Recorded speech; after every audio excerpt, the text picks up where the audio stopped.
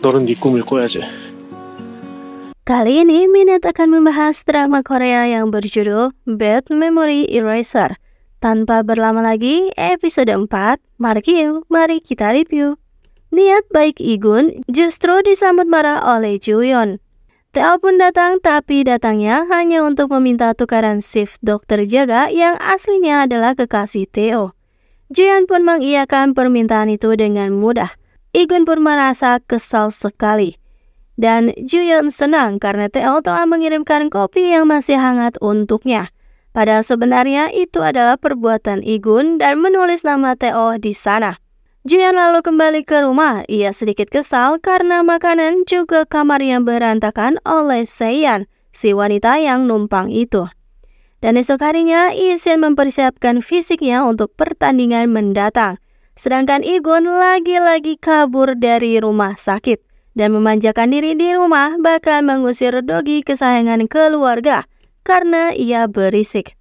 Ligun bersikeras akan pergi. Untuk itu, Isin pun meminta Gukbong untuk menemani kemanapun ia pergi. Igun ternyata sudah janjian dengan Cha Si-on. Niatannya untuk mengajak Cha Si-on bergabung dengan agensinya. Dan tepat di gedung itu jugalah pertandingan Isin digelar. Sebelum dimulai, Isin dipaksa memakai sepatu baru, karena itu adalah sponsor. Awalnya ia menolak karena sepatu baru bisa membuat lecet, tapi CEO malah mengancam hingga Isin pun tak punya pilihan lain. Sungguh pertandingan yang sangat seru, sedangkan di lapangan sebelah, Cha Si-on membuat kesepakatan. Jika Igun bisa memenangkan pertandingan, maka ia akan bersedia untuk bergabung agensi. Ditantang begitu, Igun mah sombong. Sungguh percaya diri, tapi nyatanya bolanya selalu melesat dan selalu mengenai kepala Cha Si-on. Sungguh pertandingan yang membosankan, karena Igun tak pernah berhasil menangkap bola satupun. Sementara itu, Juyeon baru tahu jika Igun telah kabur dari rumah sakit. Meskipun diberitahu jika ada pendampingnya, tapi Juyeon bergegas akan menemui Igun. Dan benar saja kan, Isin pun lecet. Meskipun ia berhasil menang, tapi ibu marah-marah. Karena ibu bisa merasakan permainannya kali ini tak bagus-bagus amat. Isin menyembunyikan lecetnya dari ibu. Sedangkan CEO langsung bingkem, takut kena sembur juga. Sedangkan di luar, Juyeon mendengarkan omelan ibunya Isin. Lalu, saya mendatangi gedung itu juga dan dengan berani mencoret-coret posternya Isin. Tak lama Igun lewat, dikira akan dimarahi, tapi ternyata Igun hanya mau numpang ngaca di kacamatanya Seiyan saja. Dan terlihat seperti disengaja. Isin membuat Juyeon terlihat seolah menabrak yang membuat telur Isin pecah. Isin pun langsung lemas dan melehoi karena ia percaya hal itu akan membuat nasib buruk pada pertandingan final esok hari. Isin pun ketakutan dan heboh sendiri. Akhirnya untuk ritual penghilang nasib sial, Juyeon mau tak mau menuruti kemauan Isin untuk mencoba berbagai makanan. Dan sebagai seorang dokter, Juyeon tahu pasti suasana hati Isin kini yang sedang tak baik karena mendengar percakapan di ruang ganti tadi. Padahal permainan Isin tadi sudah hebat. Dipuji seperti itu, Isin pun senyum-senyum terpesona sendiri. Dan Isin pun bersemangat karena waktunya untuk olahraga. Ia pun mengantarkan Juyeon pulang dengan Juyeon yang naik taksi sedangkan dirinya berlari di samping taksinya Juyeon.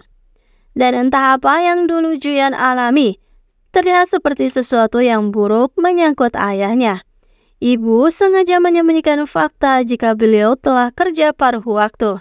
Dan Seiyan pun kesal, karena kini Juyeon tampak tak menyukainya.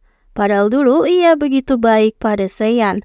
Sementara itu di tempat lain, Igun malah mentraktir para perawat makan daging, di mana pembayarannya memakai kartu kredit Isin.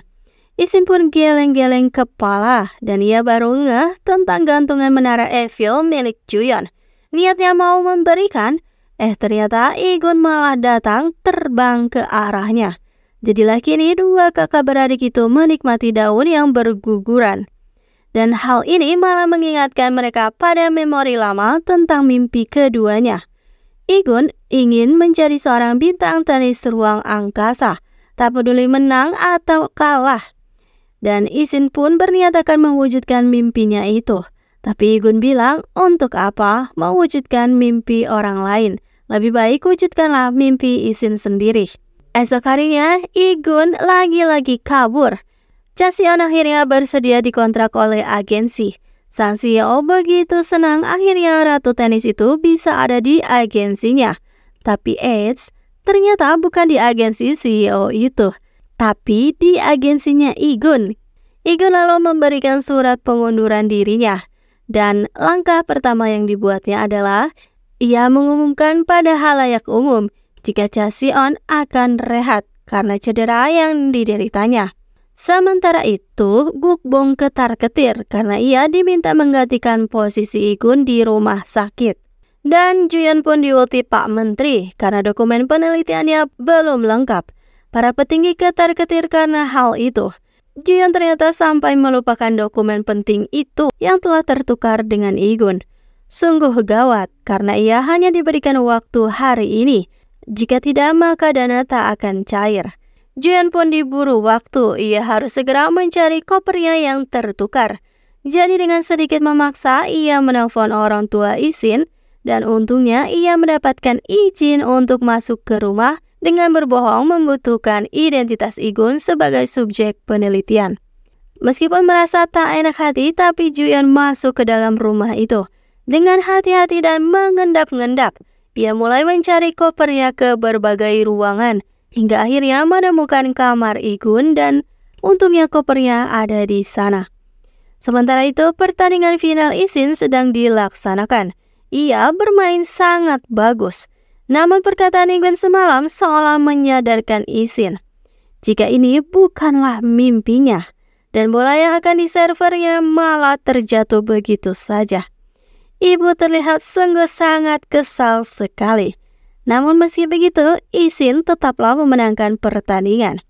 Ibu yang egois tak pernah memikirkan perasaan anaknya itu pun mulai marah-marah pada Isin karena tak puas dengan pertandingan tadi.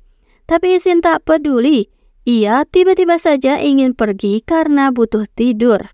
Sedangkan di rumah, Juyeon baru saja akan kabur, tapi ternyata Igun malah sudah ada di depan pintu. Dan di luar rumah pun, Isin sudah sampai, tapi ia malah didatangi oleh Jun Se-yeon. Dan episode 4 pun berakhir di situ.